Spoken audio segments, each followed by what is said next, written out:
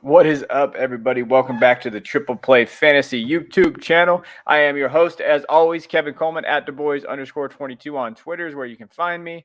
And we are back with another edition of our Top 5 2022 class right before the college football season starts, which is pretty soon down the pipe. If you missed my last two episodes of this, you can check it out on the channel. We did quarterbacks, or I did quarterbacks and running backs. And now we're looking at the top 5 2022 wide receivers of this class. And it pains me to have an Ohio State player on this channel, but I have to. Got to give a shout out to wide receiver you out there in Ohio State. We'll talk about that. But you know what? We're going to look at these top 5 guys. And like always, going to go through the numbers. We're going to go through some tape. We're going to go through some scouting, general stuff about them. Then we're going to go towards at the end. I'm going to talk about some guys that aren't on my top 5 that probably on some others. But again, I like to be a little bit different. I like to give you guys a little different perspective out here for guys and for lists and just what I see in terms of that. But and I want to be perfectly clear. I put out this list on May 17th, I think, and I have different order now. You always have to adjust, and I think as analysts and as people that are scouting, just got to adjust to new information, and you can't just get stuck in your old ways. And I have a new wide receiver one, and that wide receiver one for me is Garrett Wilson from Ohio State. 6'1", 193. He looks like he's gotten bigger apparently over spring. 2020 stats last year at 43 receptions, 723 yards, and 6 touchdowns in the shortened Big Ten season.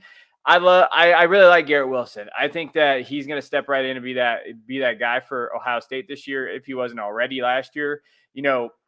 His career, he's had 73 receptions, 1,100 yards, and 11 touchdowns. And I like a lot of things that he does. And we'll talk about some concerns I have with him. But if you just watch his tape, and we're just going over things that he does well, he's an elite route runner, like elite. And when I talk about elite, like he's one of the best route runners I've seen in a while. Him and Chris Olave, his teammate, he can get open. He creates separation pretty well when he gets out of his release. We'll talk about that. But he can catch the ball. He holds on to it. He's a strong player. He's athletic. He wins a lot of 50-50 balls. So when you watch his tape, thing about him is, hey, even though he's 188, 193 pounds in that area, 6 foot, he's going to win those 50-50 balls. He has good eye discipline, as you see there, knows where to catch the ball, knows where to keep his feet in. Like those are things that you like to see that translates really well to the game. He has good hands, good catch radius, yak ability as well. You'll notice it here. He's got yak ability. He's able to, take that ball when he gets it, and he's able to excel at the next level. You saw him against Clemson getting open, making these diving catches that you see. Like, he's legit. And then you see him in the national title game. He does things very well. He gets open very well. Like, he is a very, very, very good receiver. And I think the one thing that I'll say about him, like as I talked about him, yak ability, hands, catch radius, 50-50 balls, athletic, elite route runner. The two concerns I have with Garrett and what I want to see where he comes from is that he struggles with his release against the press. So when he's getting pressed, sometimes he can struggle a little bit. Can he develop that better? He has great footwork. He has one of the best wide receiver coaches in the country, Brian Hartline. They're going to work on that as well.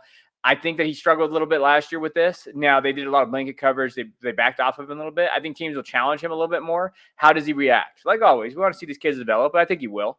The other one is his ceiling could be very limited. I think when I say that is like this might be just who he is as a receiver. This is it. So when we're talking about these other guys in this list, there's a lot of potential on this list. And so when you're talking about who can Garrett Wilson be, will he ever be a wide receiver one? I think he can be in the NFL with the way that their systems are played, how people are using their systems, those type of things. I think he definitely can be a wide receiver one in the league. But I think where his true limit is a wide receiver two. So if you're going to put him as your wide receiver one in this class, that might be an oxymoron, right? That's me saying, well, he's kind of limited, but I think he is the wide receiver one in this class. That's not an indictment on him. I think that he's very valuable. I like his consistency and I like his floor. I think he has a very safe floor. And I know I'm not always the one that's out of the floor. I'm a ceiling guy. My partner in crime on Super Fantasy Bros right now, if he's listening to this, just fell into his grave because I said safe floor. But I think it's a very safe floor, and I've kind of turned around on him a little bit. Now, the next guy of the class who's an absolute monster, this kid is just, look at that size, man. Treylon Burks from Arkansas. Absolute load, 6'3", 225. 2020 stats, he had 51 receptions, 820 yards, and 7 touchdowns. He was a monster with bad quarterback play. Literally the only weapon out there was him, and he just popped on the scene. In his career, he has 80 receptions, 1,200 yards, and 7 touchdowns.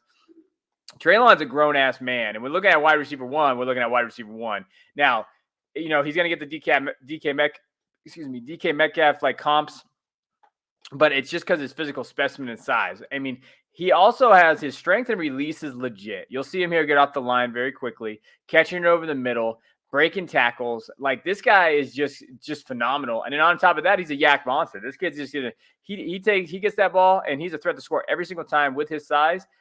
It's special. And you could easily say that he is the wide receiver one in this class. I think him and Wilson are very close together, 1A, 1B for me again, just kind of like my running backs. I was talking about Holland Spiller.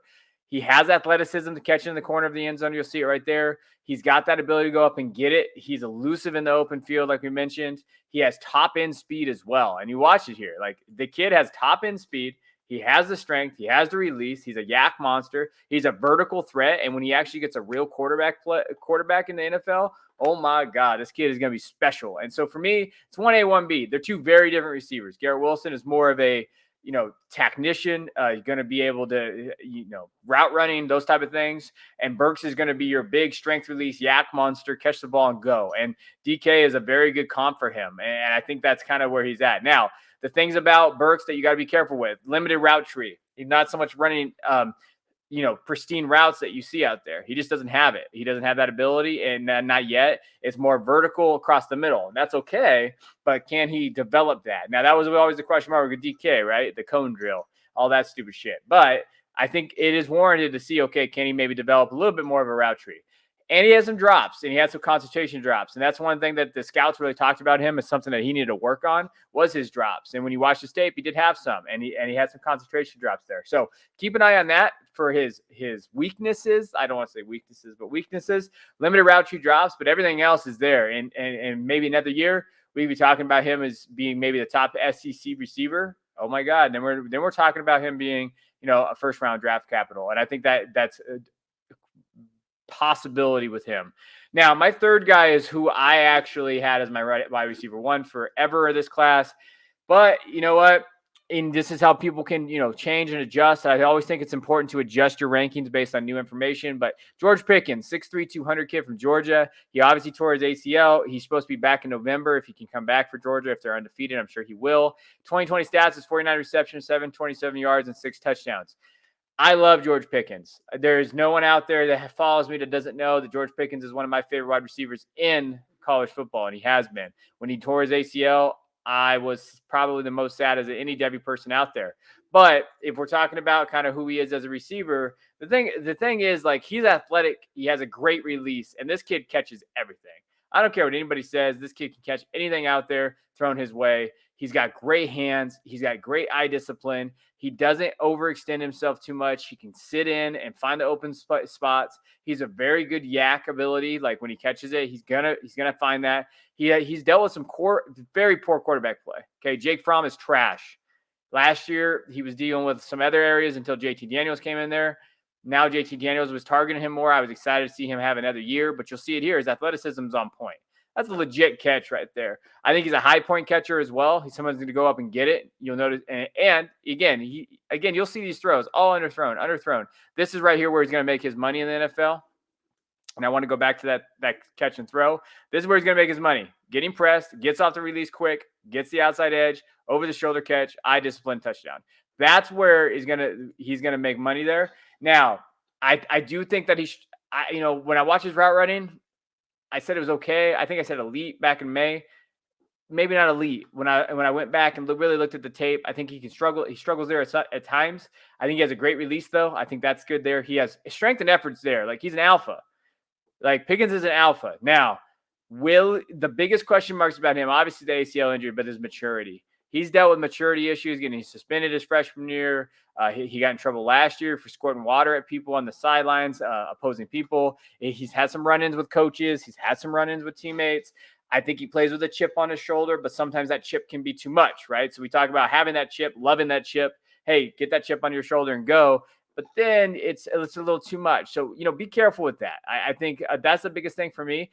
I'm not worried about the ACL. These guys heal quickly. Just look at these guys bouncing back. It's not like me tearing my ACL. I'd be out for like 2 years, but he's going to be fine. I still think he can get first round draft capital, probably second round though right now, especially if he doesn't come back, but he's an alpha and we're looking at alpha guys. Pickens is an alpha, and I still believe he belongs in the top tier of these receivers. Now, my wide receiver 4, and someone who I'm not very high on compared to other people in the community and in the devy community, is David Bell. David Bell, 6'2", 205, and he's fine. He's a fine receiver, but that's about what he is. 2020 stats, he had 53 receptions, 625 and 80 touchdowns. He had 139 receptions, 600 yards and 50 touchdowns for his career. When I look at Bell, there's a few things about him that's I think I struggle with the most. He doesn't possess top end speed. He'll never be that guy. He's a possession receiver. He struggles with his release bad. He never gets open. And that's, I think, the question mark I have with him. You'll see this. He does well. 50-50 catches in traffic. Yeah, he does that well. But he really, really struggles to create separation. And I think that's the key. Like, if you can't create separation at the next level, I'm worried about you. Now, will he be good in the red zone? Sure, because he has that ability to catch. He has strength. He has those type of things. He does create matchup problems with his size.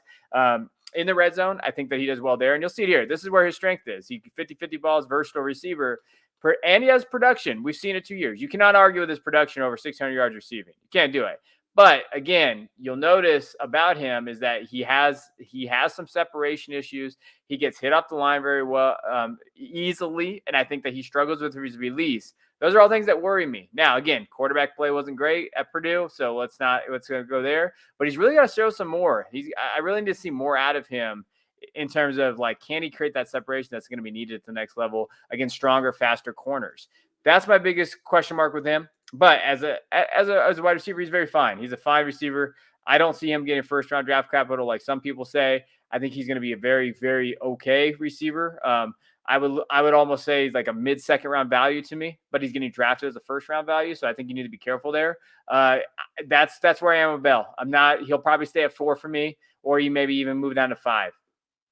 Now, my next guy is one of my guys, and that's Zay Flowers, kid from Boston College. Absolutely tore it up last year. When you look at him, he had 2020 stats. He had 56 his career, he has 78 receptions, 1,200 yards, 12 touchdowns. He's a vertical threat. He's a yak monster. He's an elusive athlete. Now, he's 5'11", 178. I know that graphic, I think, was wrong for some reason. I don't know how that happened. But, he's 5'11", 178. So when you're looking at his size, it's there. It's not – I think that he's a different type of athlete, and with what the NFL wants, I think he can step in and be that guy. Let's just look at his tape real quick.